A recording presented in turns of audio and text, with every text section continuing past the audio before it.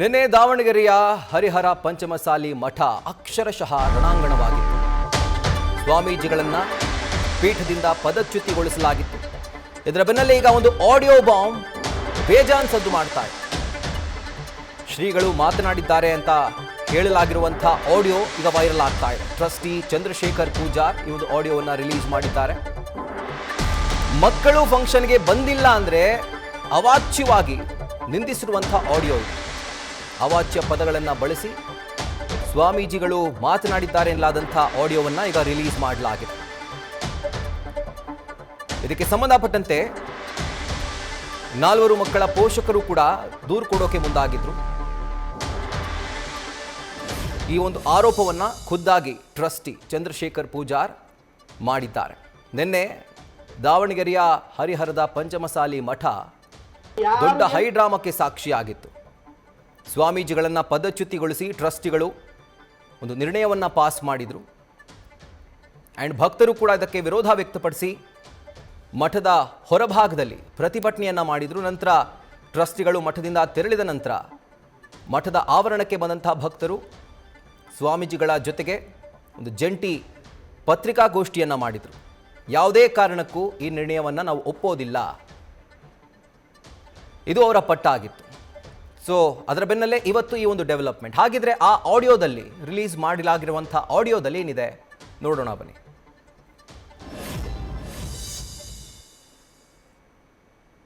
ಯಾರು ಏನು ಕಿತ್ಕೊಳಕ್ಕಾಗಲ್ಲ. ಸ್ವಾಮೀಜಿಗಳು ಹೊಡೆದು ಬಡಿಯೋದು ಮಾಡಕಂತರು. ಆಮೇಲೆ ದಾಸೋಹಕ್ಕೆ ಕೂಡ ಹಾಕಿದ್ರು ಸ್ವಾಮೀಜಿಗಳು. ನಾವು ನಮ್ಮ ತಾಯಿಗೆ ಇದ್ವಿ, ಮಠ ಸ್ವಾಮೀಜಿಗಳು ಹೊಡ್ಯಾಕಂತಾರಂತೆ. ಆಮೇಲೆ ನಮ್ಮ ತಾಯಿಗಳು ಊರಿಗೆ ಕರ್ಕೊಂಡು ಬಂದರು. ಕಾರಣ ವಚನಾನಂದ ಸ್ವಾಮೀಜಿ. ಯಾರು ಏನು ಕಿತ್ಕೊಳಕ್ಕಾಗಲ್ಲ. ವಚನಾನಂದ ಸ್ವಾಮೀಜಿ ಅವರು ತಮ್ಮ ವೈಯಕ್ತಿಕ ಕೆಲಸಗಳಿಗೆ ನಮ್ಮನ್ನು ದುರುಪಯೋಗ ಪಡಿಸಿಕೊಂಡರು. ಅವರು ತಮ್ಮ ವೈಯಕ್ತಿಕ ಕೆಲಸಗಳೆಂದರೆ ಮಸಾಜ್ ಮಾಡೋದು, ಬಟ್ಟೆ ಒಗೆಯುವುದು, ಹೀಗೆ ಮುಂತಾದ ಕೆಲಸಗಳಿಗೆ ನಮ್ಮನ್ನು ಬಳಸಿಕೊಂಡರು. ಹಾಗೆ ಮತ್ತು ನಾವು ಕಾಲೇಜಿಗೆ ಹೋಗ್ತೀವಿ ಅಂದರೆ ನಮಗೆ ಏನು ನಮ್ಮ ಮಂದಿಗೆ ಏನು ಕೆಲಸ ಸಿಗಲ್ಲ ಅಂತಂದು ಅವಾಚ್ಯ ಶಬ್ದಗಳಿಂದ ನಮಗೆ ಬೈದರು. ಹಾಗಾಗಿ ಇವರು ನಮ್ಮ ಸ್ವಾಮೀಜಿಯವರು ನಮಗೆ ಕಾಲೇಜ್ ಹೋಗೋಕ್ಕೆ ಬಿಡದೇ ಇದ್ದರಿಂದ ನಮಗೆ ಶಿಕ್ಷಣವು ಕುಂಠಿತಗೊಂಡಿದೆ. ಇದನ್ನು ನನ್ನ ಸ್ವ ಇಚ್ಛೆ ಎಂದು ಹೇಳಿದ್ದೇನೆ. ನನ್ನ ಶಿಕ್ಷಣವು ಕುಂಠಿತಗೊಳ್ಳಲು ವಚನಾನಂದ ಸ್ವಾಮೀಜಿಯವರೇ ಕಾರಣ.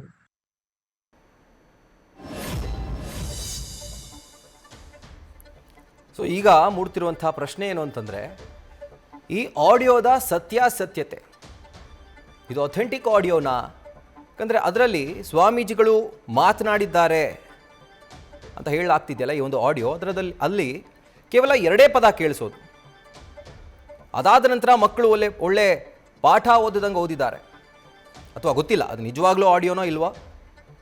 ಕೂಲಂಕಷ ತನಿಖೆಯ ನಂತರವೇ ಅದರ ಸತ್ಯಾಸತ್ಯತೆ ಹೊರಬರಬೇಕು. ಬಟ್ ಈಗ ಸದ್ಯಕ್ಕೆ ಈ ಒಂದು ಆಡಿಯೋ ಈಗ ವೈರಲ್ ಆಗ್ತಾ ಇದೆ. ಟ್ರಸ್ಟ್ನ ಸದಸ್ಯರಾಗಿರುವಂಥ ಚಂದ್ರಶೇಖರ್ ಪೂಜಾರ್ ಈ ಒಂದು ಆಡಿಯೋವನ್ನು ಇವತ್ತು ರಿಲೀಸ್ ಮಾಡಿದ್ದಾರೆ. ಇದರ ಕುರಿತಾಗಿ ಡೀಟೇಲ್ಸನ್ನು ಕೊಡ್ತಾ ಹೋಗ್ತಾರೆ ನಮ್ಮ ದಾವಣಗೆರೆಯ ಕರೆಸ್ಪಾಂಡೆಂಟ್ ಮಹಾದೇವ್. ಈಗ ಆಡಿಯೋ ರಿಲೀಸ್ ಆಗಿದೆ, ಹಲ್ಚಲ್ ಸೃಷ್ಟಿ ಮಾಡ್ತಿದೆ, ಓಕೆ. ಬಟ್ ಆಡಿಯೋದ ಸತ್ಯಾಸತ್ಯತೆ ಎಷ್ಟರ ಮಟ್ಟಿಗಿದೆ ಅನ್ನೋದೇ ಪ್ರಶ್ನೆಯಾಗಿ ಉಳಿದಿರುವಂಥದ್ದು. ಯಾಕೆಂದರೆ ಆ ಒಂದು ಆಡಿಯೋದಲ್ಲಿ ಮಕ್ಕಳು ಪಾಠ ಓದೋ ರೀತಿಯಲ್ಲಿ ಮಾತನಾಡಿದ್ದಾರೆ. ಹಾಗಿದ್ರೆ ಈ ಒಂದು ಸತ್ಯಾಸತ್ಯತೆ ಎಷ್ಟರ ಮಟ್ಟಿಗೆ ನಂಬಬೇಕು ಅಂತ ಈ ಒಂದು ಆಡಿಯೋದಲ್ಲಿರುವಂಥದ್ದು. ರಾಹುಲ್, ಸ್ವಾಮೀಜಿಯನ್ನ ನಿನ್ನೆ ಉಚ್ಚಾಟನೆ ಮಾಡ್ತಾ ಇದ್ದಂತೆ ಅನೇಕ ಭಕ್ತರು ಬಂದು ಮಠಾಧೀಶರಿಗೆ ಒಂದು ಧೈರ್ಯ ತುಂಬುವಂತ ಕೆಲಸವನ್ನ ಮಾಡಿದ್ರು. ಈ ಒಂದು ಸಮಯದಲ್ಲಿ ಮಠಾಧೀಶರು ಕೂಡ ಅಂದ್ರೆ ವಚನಾನಂದ ಶ್ರೀಗಳು ನಾವು ಯಾವುದೇ ಕಾರಣಕ್ಕೂ ಮಠವನ್ನ ತಿಳಿಸೋದಿಲ್ಲ, ನಾವು ಮಠದಲ್ಲೇ ಉಳಿತೀವಿ, ಯಾರು ಬಂದ್ರು ನಾವು ಮಠವನ್ನ ತಿಳಿಸೋದಿಲ್ಲ, ಯಾರು ಬರ್ತಾರ ನೋಡೋಣ ಅಂತ ಹೇಳಿ ಮುಖಂಡರು ಸ್ವಾಮೀಜಿ ಅವರು ಒಂದು ಸವಾಲನ್ನ ಹಾಕಿದ್ರು. ಈ ಬೆಳವಣಿಗೆ ಆದ ನಂತರ ಈಗ ಧರ್ಮದ ಟ್ರಸ್ಟಿಗಳಾದಂತ ಚಂದ್ರಶೇಖರ್ ಪೂಜಾರ್ ಅವರು ಒಂದು ವಿಡಿಯೋ ಮತ್ತು ಆಡಿಯೋನ ಬಿಡುಗಡೆ ಮಾಡಿರುವಂತದ್ದು. ಒಂದು ವಿಡಿಯೋದಲ್ಲಿ ಸ್ವಾಮೀಜಿಗಳು ಲೆಕ್ಕ ಕೊಟ್ಟು ಕೊಡಿ ಚಳುವಳಿಗೆ ಅವರೇ ದುಡ್ಡು ಕೊಟ್ಟು ಜನರನ್ನ ಕರೆಸಿದ್ದಾರೆ ಅಂತ ಹೇಳಿ ಒಂದು ಆರೋಪವನ್ನು ಮಾಡಿ ಅದಕ್ಕೆ ಸಂಬಂಧಪಟ್ಟಂತೆ ವಿಡಿಯೋವನ್ನ CCTV ವಿಡಿಯೋವನ್ನ ಬಿಡುಗಡೆ ಮಾಡಿದ್ದಾರೆ. ಜೊತೆಗೆ ಒಂದು ಆಡಿಯೋ, ಅಂದ್ರೆ ಸ್ವಾಮೀಜಿ ನಡೀತಾ ಯಾವ ರೀತಿ ಇದೆ, ನಾವು ಯಾಕೆ ಸ್ವಾಮೀಜಿಯನ್ನ ಮಠದಿಂದ ಉಚ್ಚಾಟನೆ ಮಾಡಿದ್ವಿ, ಯಾವ ಕಾರಣಕ್ಕೆ, ಅವ್ರ ನಡೀತಾ ಯಾವ ತರ ಇತ್ತು ಅನ್ನೋ ಉದ್ದೇಶದಿಂದ ಈ ಎಲ್ಲ ಆಡಿಯೋ ಮತ್ತು ವಿಡಿಯೋಗಳನ್ನ ಪರಿಶೀಲನೆ ಮಾಡಿ ಅವ್ರನ್ನ ಉಚ್ಚಾಟನೆ ಮಾಡಿ ಅಂತ ಹೇಳಿದ್ರು. ಈ ಆಡಿಯೋದಲ್ಲಿ ಕೂಡ ಸ್ವಾಮೀಜಿಗಳು ಅವಾಚ್ಯವಾಗಿ ನಿಂದಿಸಿರುವಂತ 2 ಪದಗಳು ಮೊದಲಿಗೆ ಬರುತ್ತೆ. ನಂತರ ಮಕ್ಕಳು ಅಲ್ಲಿ ಹೇಳಿಕೆಯನ್ನ ಬಿಡುಗಡೆ ಮಾಡುವಂತ ಹೇಳಿಕೆಯನ್ನ ಬಿಡುಗಡೆ ಮಾಡ್ತಾರೆ. ಈ ಆಡಿಯೋ ವಿಡಿಯೋವನ್ನ ಯಾರು ಮಾಡ್ಕೊಂಡಿದ್ರು, ಯಾವ ಕಾರಣಕ್ಕೆ ಮಾಡ್ಕೊಂಡಿದ್ದು, ಇದು ಉದ್ದೇಶಪೂರ್ವಕವಾಗಿ ಮಾಡಿರುವಂತ ವಿಡಿಯೋನ ಅಥವಾ ನಿಜವಾದ ಆಡಿಯೋನ ಯಾವ ರೀತಿ ಆದಂತ ನಂಬಬೇಕು ಅನ್ನೋದು ಇದುವರೆಗೂ ಗೊತ್ತಿಲ್ಲ. ಆದ್ರೆ ಇದ್ರ ಬಗ್ಗೆ ಯಾವುದೇ ರೀತಿಯಂತ ದೂರು ನೀಡುವಂತ ಕೆಲಸವನ್ನ ಕೂಡ ಟ್ರಸ್ಟಿಗಳಾಗಲಿ ಯಾರಾಗ್ಲಿ ಮಾಡಿಲ್ಲ. ಕೇವಲ ಈಗ ಸ್ವಾಮೀಜಿ ಅವರ ನಡತೆ ಯಾವ ರೀತಿ ಇತ್ತು, ಯಾಕೆ ಈ ಕಾರಣಕ್ಕೆ ಅವ್ರನ್ನ ಮಠದಿಂದ ಉಚ್ಚಾಟನೆ ಮಾಡಿವಿ ಅನ್ನೋ ಉದ್ದೇಶದಿಂದ ಅದಕ್ಕೆ ಕಾರಣ ಕೊಟ್ಟು ಮತ್ತೆ ವಿಡಿಯೋ ಮತ್ತು ಆಡಿಯೋನ ಬಿಡುಗಡೆ ಮಾಡಿರುವಂತದ್ದು. ಇದು ಸತ್ಯಾಸತ್ಯತೆ ಒಂದು ದೂರನ್ನ ದಾಖಲಿಸಿ ಅದನ್ನ FHL ಗೆ ಕಳಿಸಿ ಇದು ಅವ್ರದ್ದು ಆಡಿಯೋ ಅಂದ್ರೆ ಅವ್ರದೇ ವಾಯ್ಸ್ ಯಾವ್ದು ಹೌದು ಅಲ್ವಾ ಅನ್ನೋದನ್ನ ಇದನ್ನ ಸತ್ಯಾಸತ್ಯತೆ ತಿಳಿದ ನಂತರ ಮತ್ತೆ ಅದನ್ನ ಜನರಿಗೆ ತಿಳಿಸಿ ಯಾವ ಕಾರಣಕ್ಕೆ ಇವ್ರನ್ನ ಅಂದ್ರೆ ಮಠದಿಂದ ಉಚ್ಚಾಟನೆ ಮಾಡಿರೋನ್ನ ತಿಳಿಸುವಂತ ಕೆಲಸವನ್ನ ಮಾಡಬೇಕು.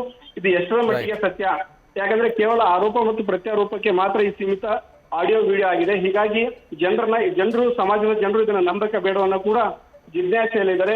ಇದನ್ನ ಒಂದು ದೂರನ್ನ ಕೊಟ್ಟು FHL ಗೆ ಕಳಿಸಿ ಇದರ ಸತ್ಯಾಸತ್ಯತೆ ಪರಿಶೀಲಿಸಿದ ನಂತರ ನಾವು ಕೊಟ್ಟ ಕಾರಣ ನಿಜವಾಗಿದೆ, ಅದಕ್ಕೆ ನಾವು ಸ್ವಾಮೀಜಿಯನ್ನ ಮಠದಿಂದ ಪದಚ್ಯುತಿ ಮಾಡಿದೀವಿ ಅನ್ನೋ ಒಂದು ವಿಚಾರವನ್ನ ಸತ್ಯವನ್ನ ಬಹಿರಂಗಪಡಿಸುವಂತ ಕೆಲಸವನ್ನ ಟ್ರಸ್ಟಿಗಳು ಮಾಡಬೇಕು. ಆದ್ರೆ ಈ ಸದ್ಯಕ್ಕೆ ಆರೋಪ ಮತ್ತು ಪ್ರತ್ಯಾರೋಪಕ್ಕೆ ಮಾತ್ರ ಈ ಆಡಿಯೋ ವಿಡಿಯೋ ಸೀಮಿತ ಆಗಿರೋದ್ರಿಂದ ಜನರು ಕೂಡ ಸಮಾಜದ ಜನರು ಇದು ನಂಬಕ್ಕೆ ಬೇಡ ಅನ್ನೋ ಜಿಜ್ಞಾಸೆಯಲ್ಲಿದ್ದಾರೆ. ಇದುವರೆಗೂ ಇದು ಆಡಿಯೋ ಸತ್ಯನ ಹೌದು ಅನ್ನೋದು ಗೊತ್ತಿಲ್ಲ. ಇದ್ರ ಬಗ್ಗೆ ಒಂದು ದೂರು ಕೂಡ ದಾಖಲಾಗಬೇಕು. ಒಂದು ಸ್ವಾಮೀಜಿ ಕಡೆಯವರಾಗಿ ಅಥವಾ ಇವರು ಟ್ರಸ್ಟಿಗಳಾಗ್ಲಿ ಇದನ್ನ ಒಂದು ದೂರನ್ನ ಕೊಟ್ಟು ಇದರ ಬಗ್ಗೆ ಪರಿಶೀಲನೆ ಮಾಡುವಂತ ಕೆಲಸವನ್ನು ಕೂಡ ಮಾಡಬೇಕಾಗಿದೆ. Rahul. Right Mahadev, thank you ಡೀಟೇಲ್ಸ್ಗೆ. ನ್ಯೂಸ್ ಫಸ್ಟ್ ನಿರ್ಭೀತಿಯಿಂದ ನಿಮ್ಮ ಪರವಾಗಿ.